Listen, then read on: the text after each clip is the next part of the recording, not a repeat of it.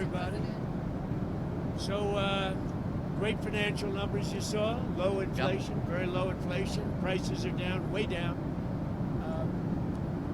Gasoline is less than $2 in many places a gallon, which nobody expected to see, but I did, because we're going by the initial expression of drill, baby, drill, and prices are coming down very strongly. And as goes gasoline and oil and gas, so goes the rest of other products that were high because of Biden. So exactly, we inherited a mess, and we've brought our country back very, very powerfully.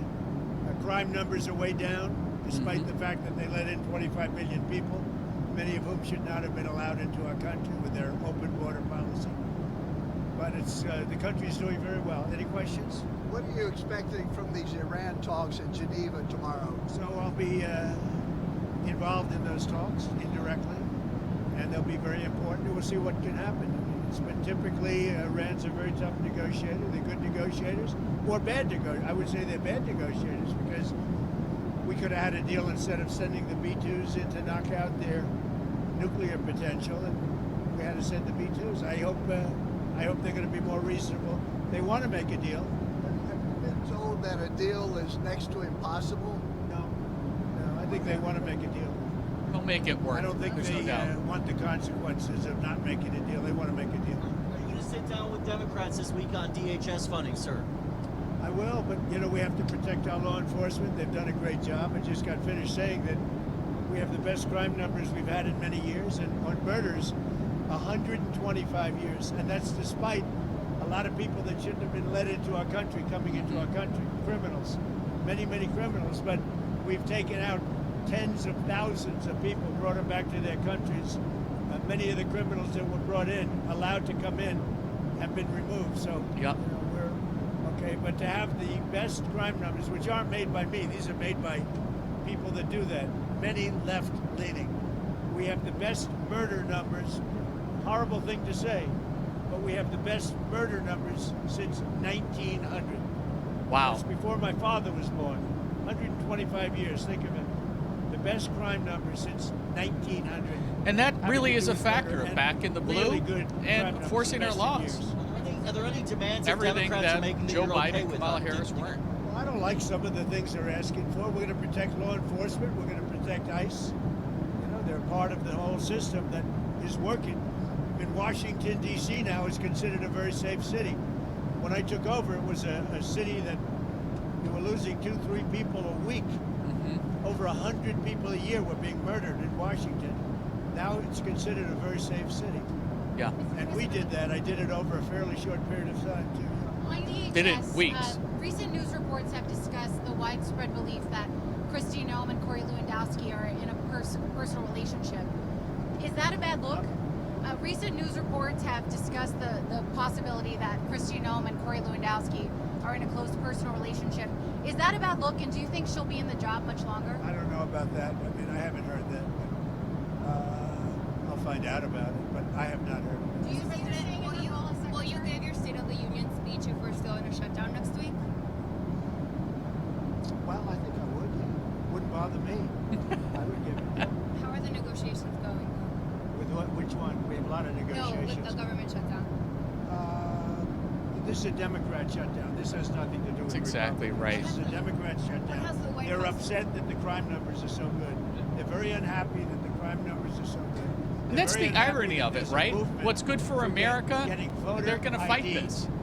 And that's exactly why the Democrats are shutting this down. 98% want voter ID. They don't want voter ID because they want to cheat at elections. They also want other things. They don't want mail-in ballots. They want to end mail-in ballots, which is corrupt. And one other thing that they're insisting on is proof of citizenship. And the Democrats don't want to give proof of citizenship. They don't want to give voter ID. Think of it. Who wouldn't want proof of citizenship? I ask you, Steve. Who wouldn't want voter ID? And why would you want mail-in ballots? It's an embarrassment that we don't have it right now. We're the only country in the world that has this system of mail-in ballots. Think of it. The only country in the world that has this system of mail-in ballots, because they cheat. And the fact is they could never get elected if they ever changed. They know it. If you had voter ID, if you you had proof of citizenship, they could never win an election, and they know that. That's true. And they're fighting to the hill. And I put this down with men playing in women's sports. I put it down with transgender for everybody. I put it down with their horrible open border policy as being ridiculous. They don't want voter ID, no voter ID. And I put that down in the same category with men playing in women's sports. Yeah. I'm going to add a Trump's fourth not going to category. negotiate on this. They don't want voter ID. Go ahead. So Hillary Clinton said in an interview today that she and her husband are getting pulled into the Epstein matter to divert attention from you, and that your administration has something to hide. What's your response to that? I have nothing to hide. I've been exonerated. I have nothing to do with Jeffrey Epstein. They went in hoping that they'd find it and found just the opposite. I've been totally exonerated. In fact, Jeffrey Epstein was fighting that I don't get elected with some author, a sleazebag, by the way. And I've been totally exonerated. No, they're getting pulled in. And that's Exactly their problem. right. I don't know. They're going to have to see what happens. But I watched her in Munich, and she seriously has Trump derangement syndrome. Do you think she should publicly testify? You know, I've been totally exonerated on Epstein. And it's really interesting because they've been pulled in.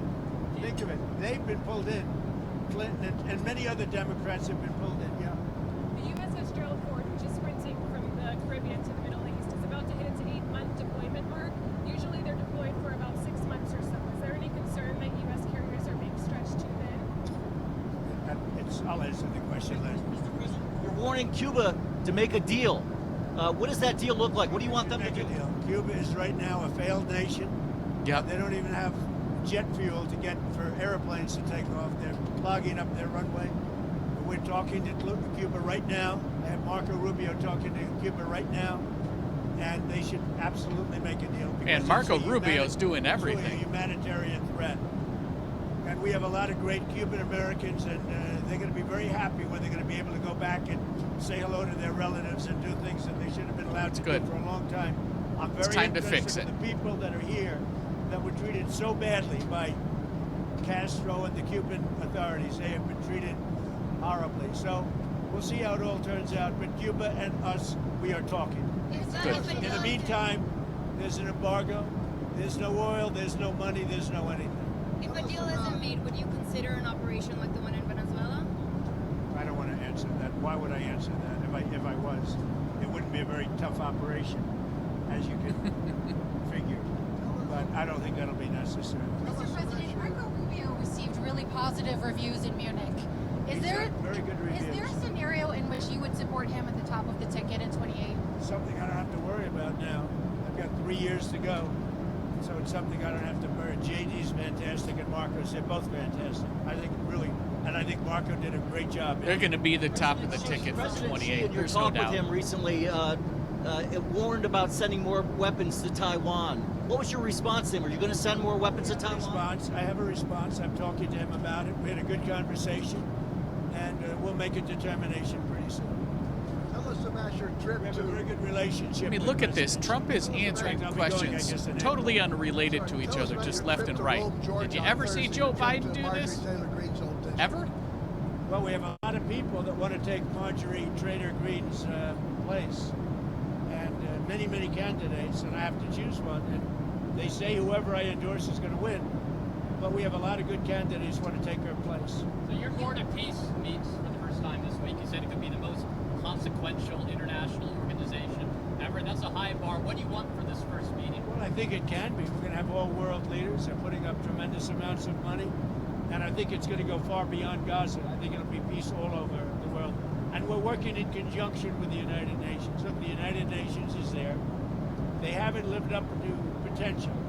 The United Nations has great potential. They haven't lived up to the potential, but I think they might aid us a little bit. But we have the greatest leaders in the world joining the Board of Peace, and we'll be doing it in conjunction with, in some cases, This is a the United program that Nations, just and see if we isn't get getting United Nations the to exposure that it needs, get the on the Board of ball. Peace. He's been a kingmaker in a lot of Republican primaries. A lot of people. including foreign nations. I was very honored to see that a very wonderful prime minister in Japan won by a landslide. Yeah.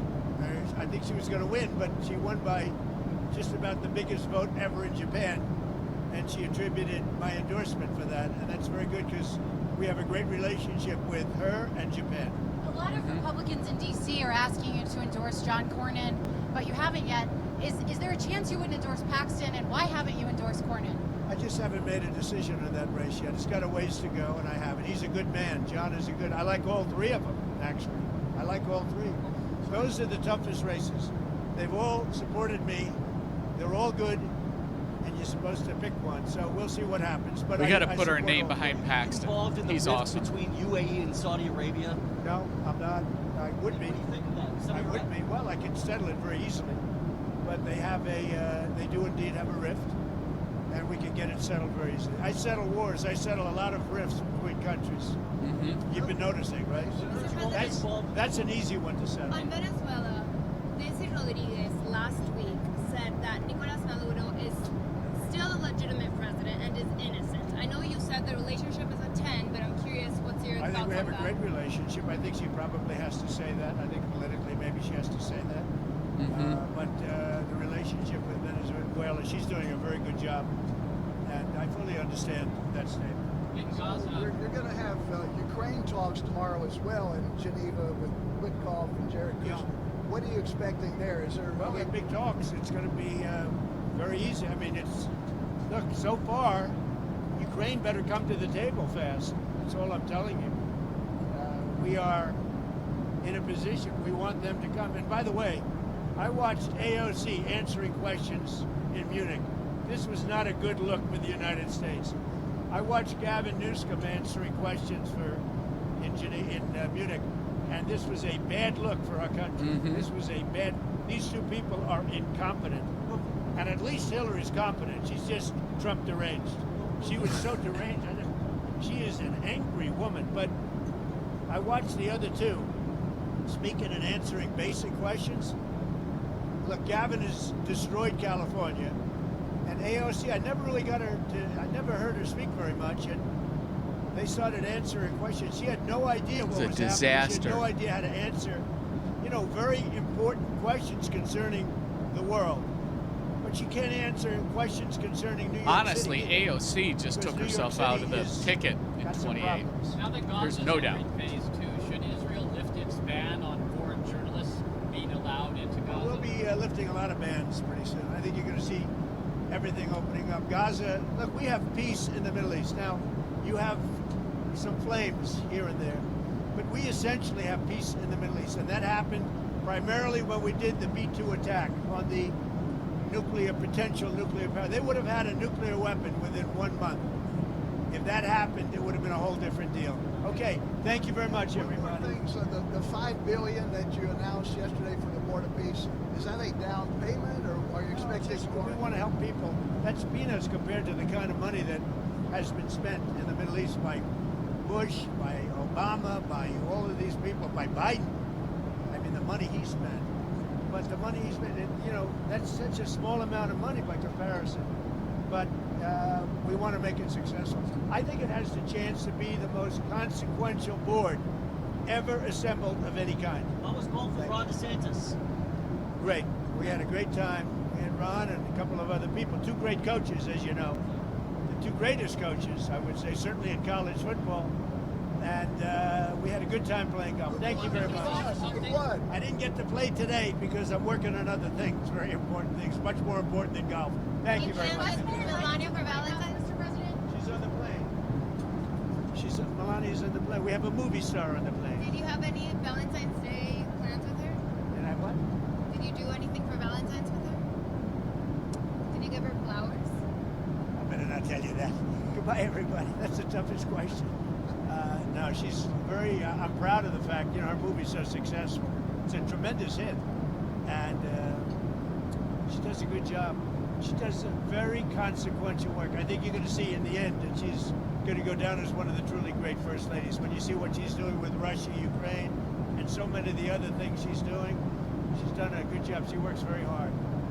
Is Westmore invited to the White House this week, Mr. President? Just so you understand, the governors were all, other than two. One was from Colorado, where he's got a 73-year-old woman who's probably got serious cancer, confined, and for some time in solitary confinement, because she pointed out the voter theft that was taking place. In other Talking words, about she Tina pointed Peters. it out. They arrested her, and they needs gave to her a get out. 9-year sentence. And Trump can't do anything about And it. he better It's a let state- her go, because it's a state disgrace. thing.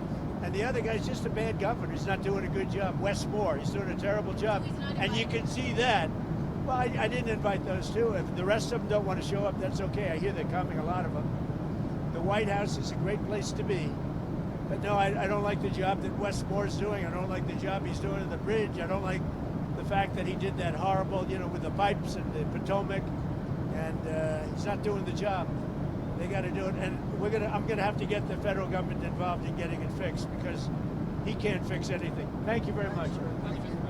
So there's Donald Trump's press gag on Air Force One, talking about some really important things. And again, I'm going to leave you with this. When did you see Joe Biden do any of that?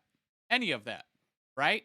Donald Trump was taking questions on foreign policy, domestic policy, future policy, negotiating wars, his board of peace, energy policy. I mean, these were all over the map. And he was sharp, he was on point, and he is absolutely living up to his commitment to make America great again. Let me know what you think. If you've yet to subscribe, please do that to America First Alerts. Be sure to like this video, and we'll see you in the next video. We won. Okay, let's go. We won.